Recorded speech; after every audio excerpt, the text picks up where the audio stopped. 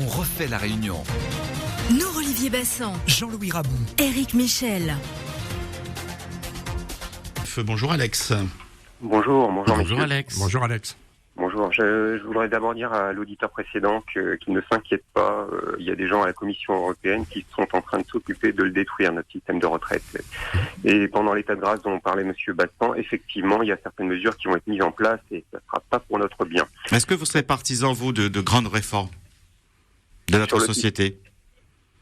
La principale réforme à entreprendre, vous la connaissez, c'est sortir de l'Union européenne, sortir de l'OTAN, sortir de l'euro. À partir de là, on pourra décider de ce qu'on veut faire en France. Aujourd'hui, ce n'est pas les Français qui décident. Je le rappelle, c'est la Commission européenne, c'est l'OTAN, donc les États-Unis, et c'est la Banque centrale européenne. Donc, tant qu'on ne changera pas ça, on pourra parler longtemps. Voilà. Est-ce qu'il existe de destins isolés ? Est-ce qu'il existe des destins isolés ? Oui. Mais vous plaisantez ? Non, je vous ai une question. Qu'était la France avant d'intégrer l'Union européenne ? Que sont des pays comme la Suisse, la Norvège ? Que sont un certain nombre de pays d'Asie ? Voilà,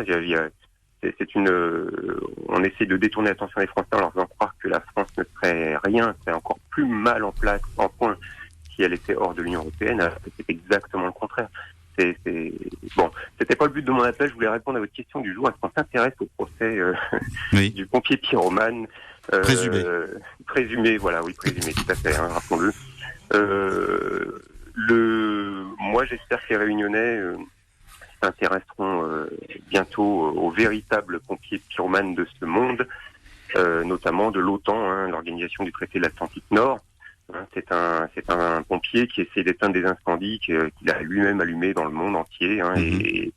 Et en termes de jugement, j'espère que nos deux derniers présidents de la République, Sarkozy et Hollande, seront un jour traînés devant la Cour pénale internationale. D'accord. Voilà.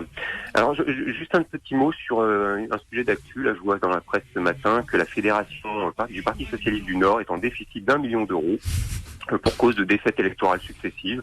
Bon, dans le même ordre d'idée, il y a... On n'a pas reçu la subvention européenne, peut-être ? Ils touchent beaucoup d'argent public. Voilà,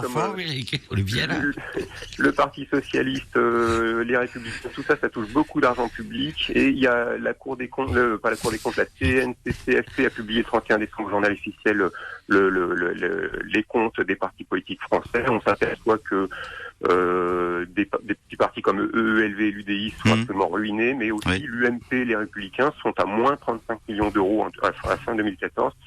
Autant dire qu'ils sont sous perfusion des banques, et que si un jour ils arrivent au pouvoir, et les banques feront tout pour les y aider, évidemment, et forcément, ces dirigeants seront au service des banques. Vous savez ce que disait Napoléon, la main qui donne est au-dessus de celle qui reçoit.